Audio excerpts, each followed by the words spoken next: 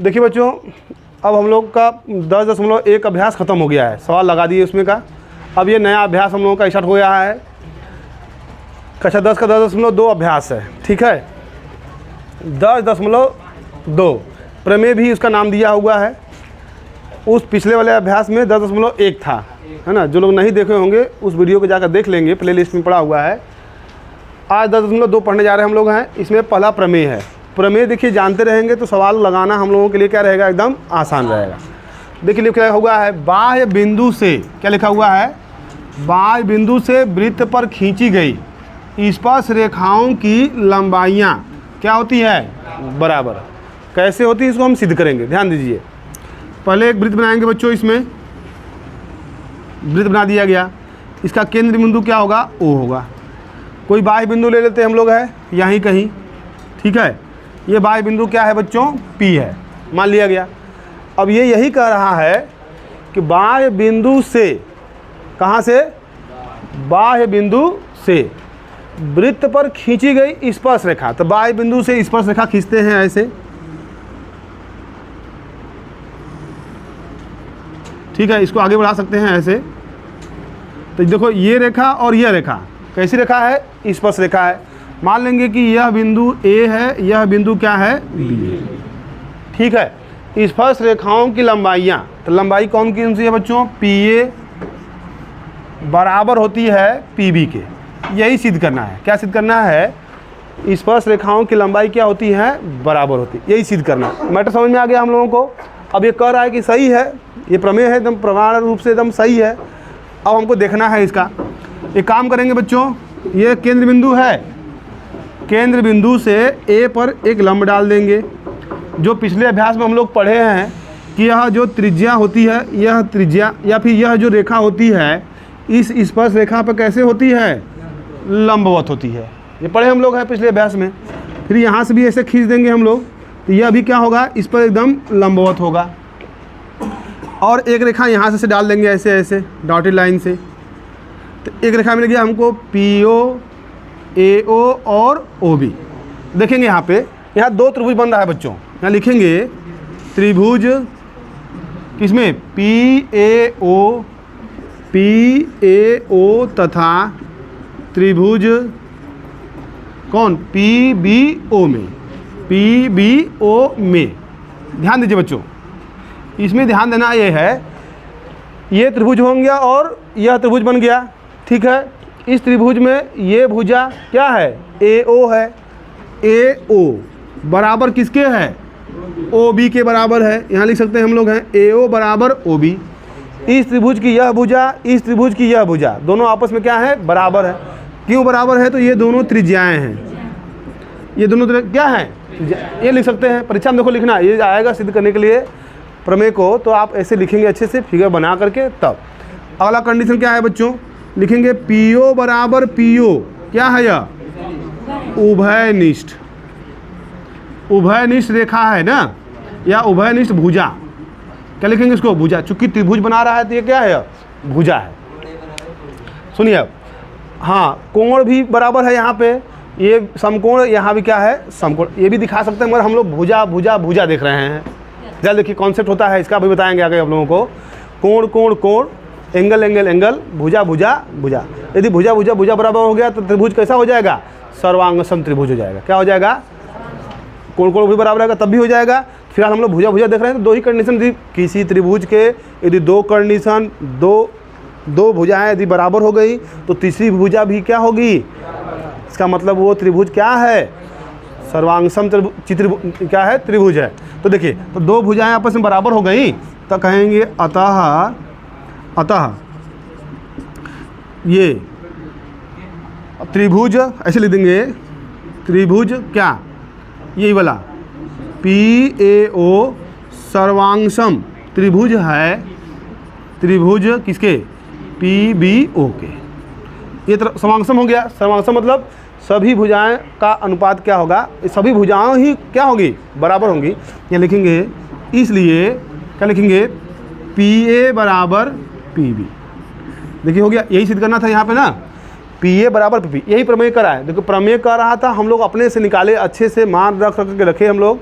सर्वांशम का हम लोग परिभाषा जानते थे, उसके आधार पे दो भुजाएं बराबर हो गई तो वो त्रिभुज क्या होगा, सर्वांशम होगा। तो तीसरी भुजा भी आपस में क्या होगी, बराबर।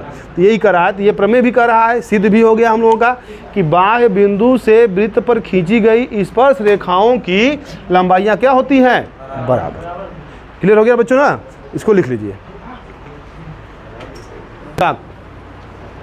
देखिए अब हम लोग अभ्यास में आ गए बच्चों, ठीक है। सवाल नंबर 1 लगाते हैं। देखिए हम बता रहे हैं आप लोगों को बोर्ड की परीक्षा में कैसे सवाल लगाएंगे आप लोग ना, जैसे लिखेंगे उसी तरह तुम लोग भी लिखना परीक्षा में, कोशिश करना लिखने का, है ना। देखिए सवाल ध्यान से पढ़िएगा परीक्षा में कि कैसे सवाल लिखा हुआ है, क्या लिखा हुआ है। सवाल का सोल्यूशन सवाल के अंदर ही पड़ा होता है। ध्यान से एक बार सवाल पढ़िए, नहीं समझ में आता है 2 बार पढ़िए, 3 बार पढ़िए, उसको खुद समझ में आने लगेगा। अब देखिए सवाल जो लिखा है, यदि ये फिगर वाला है तो फिगर बनाइए उसका, है ना।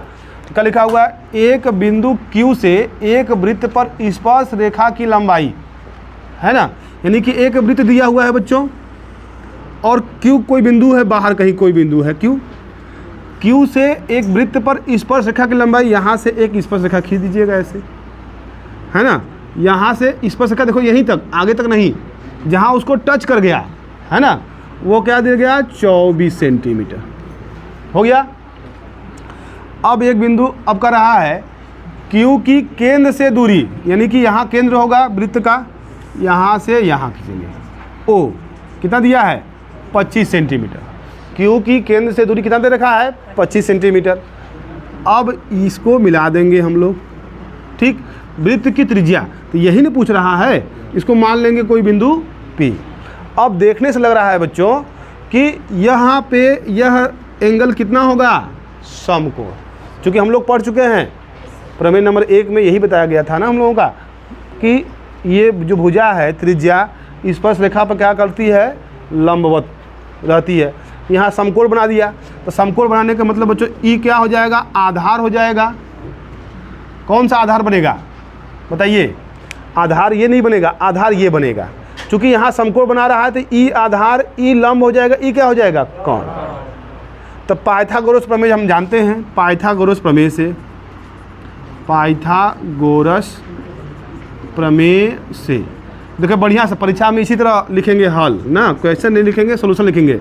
कैसे लिखेंगे, प्रश्नोत्तर संख्या 1 ऐसे लिखेंगे, फिगर बनाएंगे, जो सूत्र की आवश्यकता है यदि उसका नाम जानते तो नाम लिखिए और सूत्र भी लिखिए। इसमें क्या लिखेंगे बच्चों, कोण का स्क्वायर बराबर लंब का स्क्वायर धन आधार का स्क्वायर, ऐसे लिखेंगे। देखिए ध्यान से, इसका मान लिखेंगे। कुछ बच्चों को याद होगा कि हमको किसका मान ज्ञात करना है, डायरेक्ट उसी को लिखेंगे और उसी को मतलब इसका मान निकालना है।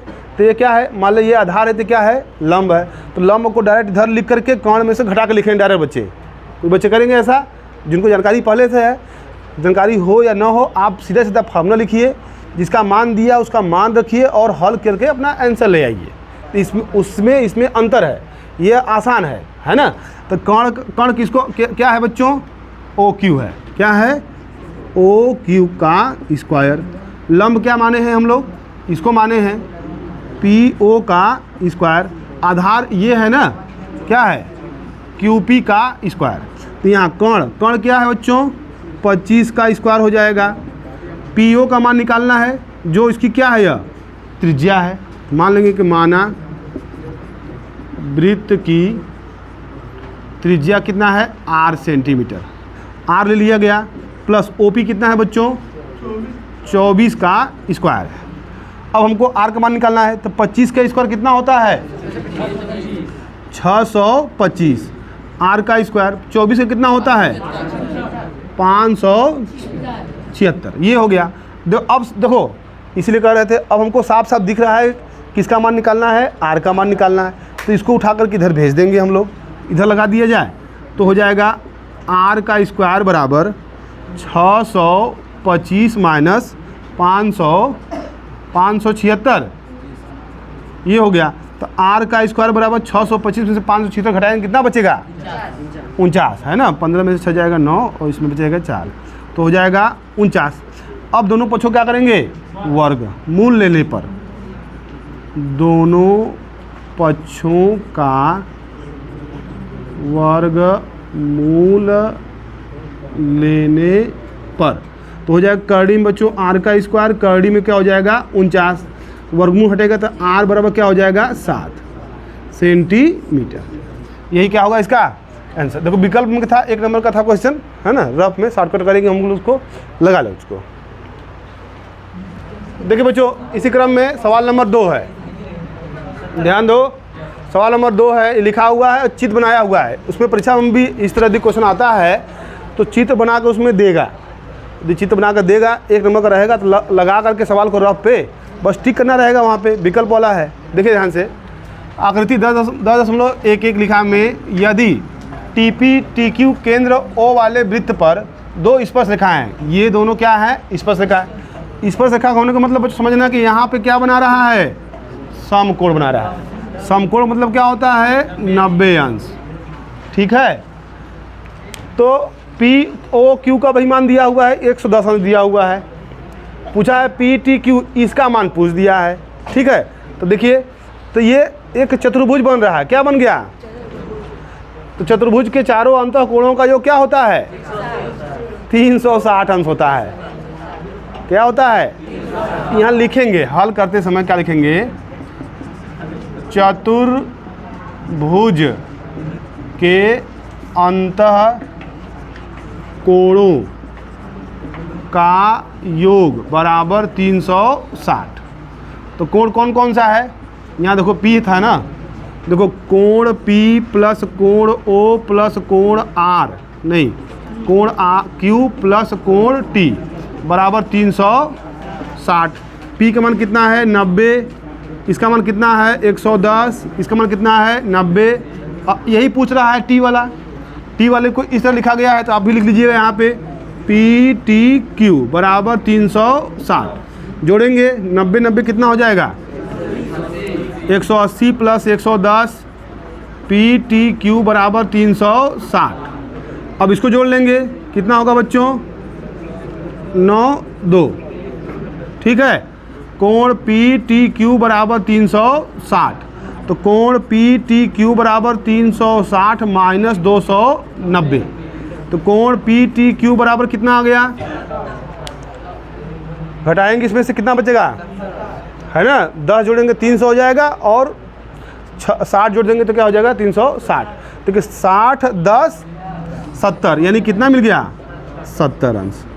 कौन सा सही है विकल्प बी वाला। हाँ समझ में आ गया ना। और देखिए अब इस तरह के सवाल पाने के लिए आप लोग हमारे वीडियो से हमेशा कंटिन्यूस बने रहिए, और अच्छा लगे तो लाइक सब्सक्राइब और शेयर करते रहिए। धन्यवाद।